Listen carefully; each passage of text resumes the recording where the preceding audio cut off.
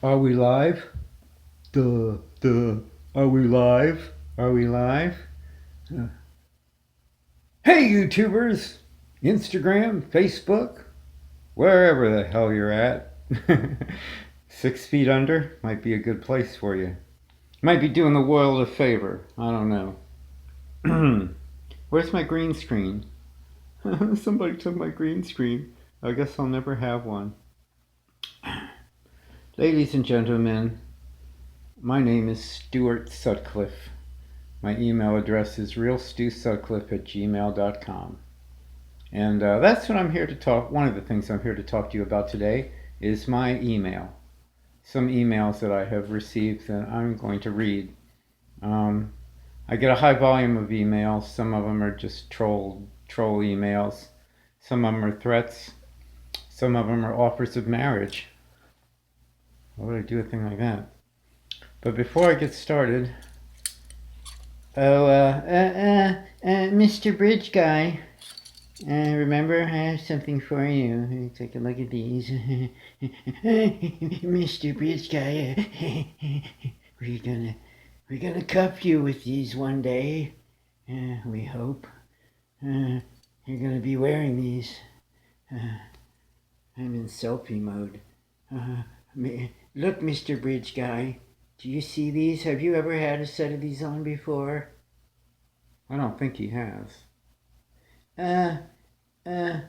Mr. Bridge Guy, do you wear your cuffs in the front or the back? I don't want to talk too much about the back. Might get him excited. Folks, I'm so glad that you came to my channel today. You're all very blessed that I'm out here. And no, that's not how I do intros. Wait a minute, I forgot. I don't do intros. My bad. This message goes out. I got to do a shout out first to Star. Star knows who Star is. Star, drop me an email. I've got my virus situation all cleared up. Ladies and gentlemen, I did have a nasty virus that it was a bad. Can't say it without laughing. I was told that it was a backdoor worm. Sounds perverted, doesn't it? But a backdoor worm got into my computer and got into my email system, and unfortunately, some some people that email me, their addresses might have gotten sent around the world a dozen times to some foreign faction. But I think the problem's all cleared up. I had the best virus program and firewall you could have. I got it from work. You know, I had the top IT people working on it for me, and it still managed to happen. What a terrible thing to happen to a nice guy like me. The summer of '69. Okay, non-baby boomers, listen up.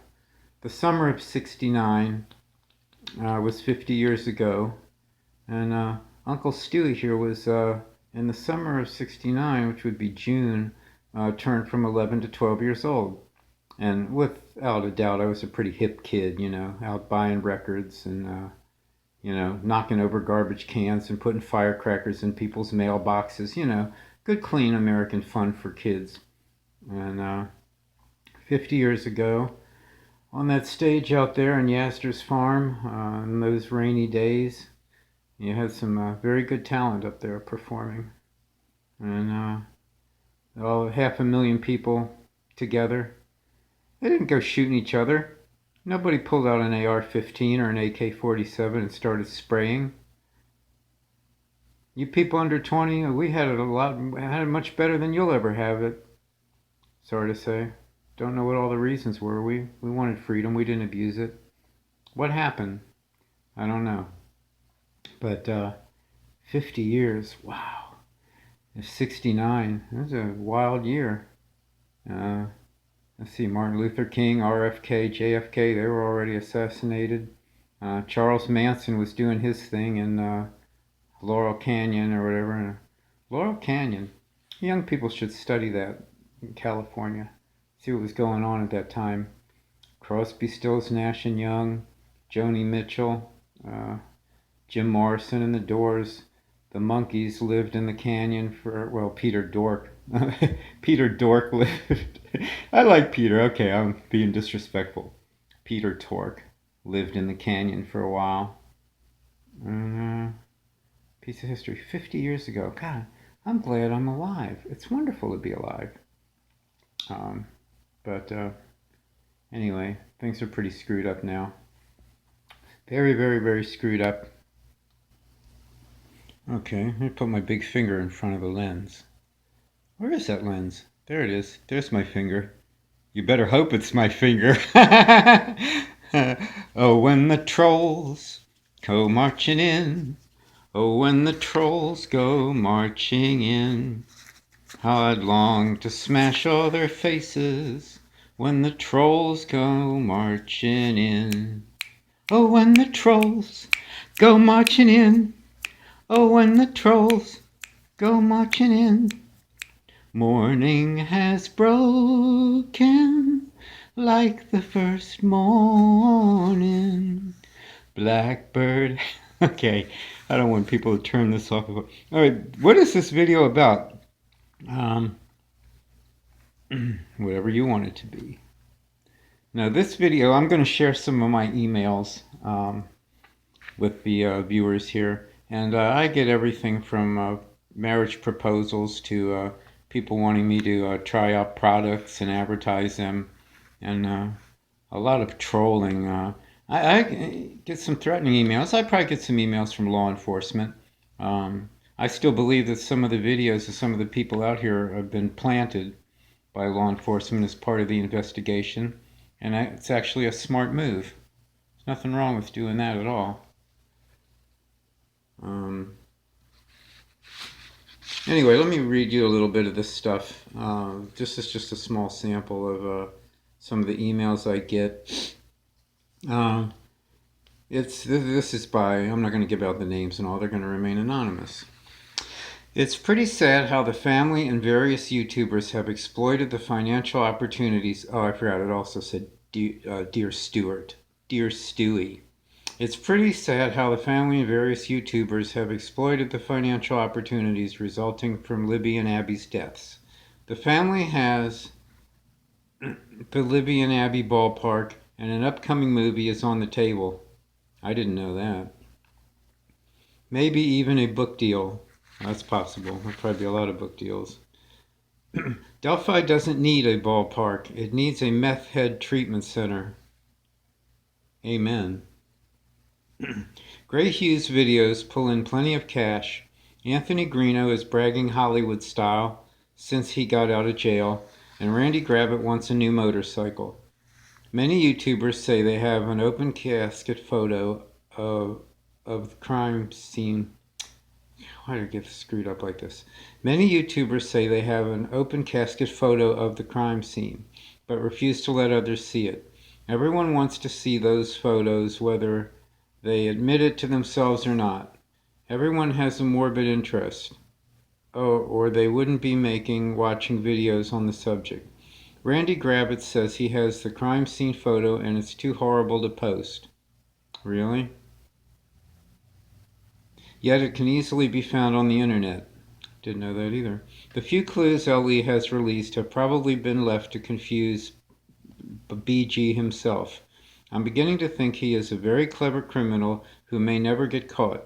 More evidence needs to be released, or LE may have blood on their hands. The self-serving anguist in the case is beyond crazy. What about the cases of other murdered girls and their families? Your go away little troll video was great, but you need to do more. Time to lampoon the Delphi case, YouTubers and their endless dribble. You could do one of those greedy people of Delphi fundraiser telethons dressed up like Jerry Lewis. You could do all the Delphi experts wearing your Stubert wig for the women. Ms. God-awful trailer park swearing like a sailor. Mr. Hateful Careless with his facial profiles that look like a cancerous mushroom, and his countless "this is my last video" videos. This is great. Gray pubes. Gray pubes, Sominex videos. You wake up only when he calls someone a rodeo clown. Mini pulpit traveler, preachy and creepy, oodles of thoughts, goody two-shoes psychological analysis, Randall Gravels, always begging for money, and stuff, and many more. You get the picture. Pretty daring of you to appear topless in your quest for Greeno's attentions. You'll have to go far, go far through to achieve MFW's cleavage. That's true. Oh, I got sidetracked. MFW's cleavage. Oh my God. Even though it goes against your nature, you might have to add some swear words to your vocabulary. You know, Stu, I wish this god-awful case was solved because it is quite literally making me sick. I actually found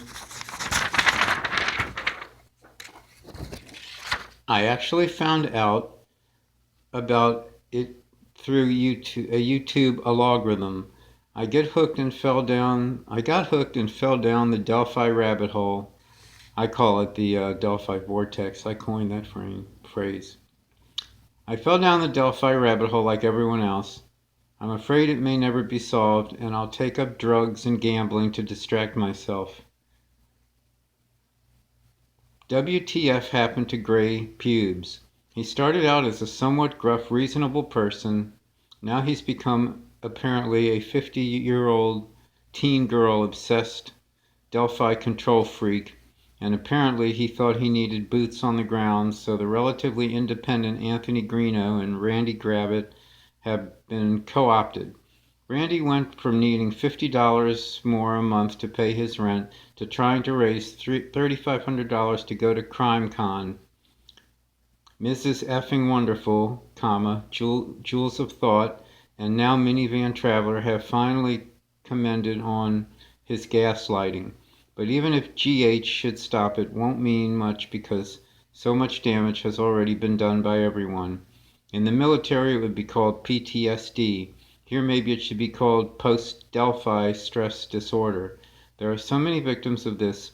Libby and Abby's families, people of interest whose lives have been affected, attacks on innocent YouTubers that are trying to contribute something, Delphi law enforcement, the people of Delphi, and all because a vicious killer who left the bodies of 2 young girls mutilated in the moonlight on Valentine's Day.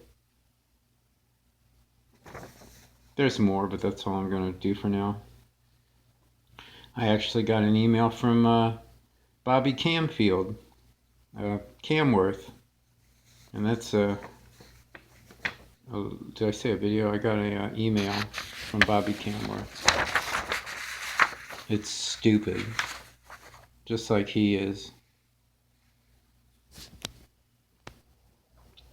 I want to ask my viewing audience a question. I want you to stop and think about this real good. With all the data and evidence we have of Bridge Guy, and when I say evidence, I mean we have his video walking, we have supposedly his voice, get down the hill, we have his clothes, we have part of his face that you can see, the part facing the sun, and nobody knows who this guy is. Now, what could be a reason for that? With all those things, when you stop and think about it, ask yourself, okay, what's keeping someone from identifying this individual with all of that visual and audio evidence? Libby's camera was rolling. What can be a possible explanation? If nobody knows who he is by his appearance, okay, time for Stu to get laughed at again. I'm not going to believe you, Stu. Don't even bring it up. You brought it up before and they can't stand it. It's stupid. A disguise, ladies and gentlemen. That was a disguise. If you're a businessman and you wear a suit every day and you never wear blue jeans, if you put blue jeans on to commit a crime, that's a disguise. A disguise has a broad meaning. Okay? What's another explanation for this? Now, when I bring this up, Harvey Carroll goes apeshit, man, and I would too if I put thousands of hours into the case like that, him and Sandra and his groups and his enhancements and all this software and Oh, I've done a better job than NASA and Disney and Gray Hughes, and sure you have. Yeah, you got your little freeware software there. Now, ladies and gentlemen, let me make perfectly clear, I'm not putting down Harvey as a person. Okay, and you can put anything out there, an enhancement, man. People be like, oh, that's so good. Yeah, right on and all. What's the matter with you people? My God. I can go out in my yard and get a clump of dog shit out of my yard and mold it on here. I should do it. I should go dig some up right now. Bring it in here and mold it into something and be like, okay, this is what Bridge Guy looks like. Okay, this is my enhancement made of dog poop. And I guarantee you some of the viewers would come back and say, you know, Stu, that looks pretty good, man. Yeah, that's right on. You know, you hit it right on. Problem solved. There should be an arrest imminent. So, and I bring it up to Harvey. I'm like, what if the guy was wearing a disguise, a rubber mask? Have any of you all ever watched a video on MTV back in the 80s called Change? It's only change. I can't think of the name of the guy. He sang in the group called the Babies. It's only change. What's in your heart will never change. My old abused brain can't think of that guy's name. But he's wearing one of these masks I'm talking about, and at the end of the video he peels it off. And if you can watch that video, you'd see what I'm talking about. How elaborate. What if this guy is so smart and decided to disguise himself as just some guy that fits in there? Half the town goes on the bridge, does his thing, and just, you know, peels his mask off and changes his clothes, and, you know, it's just, I can't stop thinking about that, because what other reason would you not be able to identify the guy, you know? And Harvey could just be doing enhancements of a freaking vinyl latex mask that the guy's wearing. Oh no, Stu, that's the most ridiculous thing we've ever heard. Nobody would have a theory like that. You're an idiot. Disprove it. Okay? I can't prove it, but you can't disprove it. What's so hard to believe about that the guy could have been wearing a disguise and a mask? I've said before, I could get rid of this hairpiece, put on some different clothes, and I could go walk the streets of Delphi.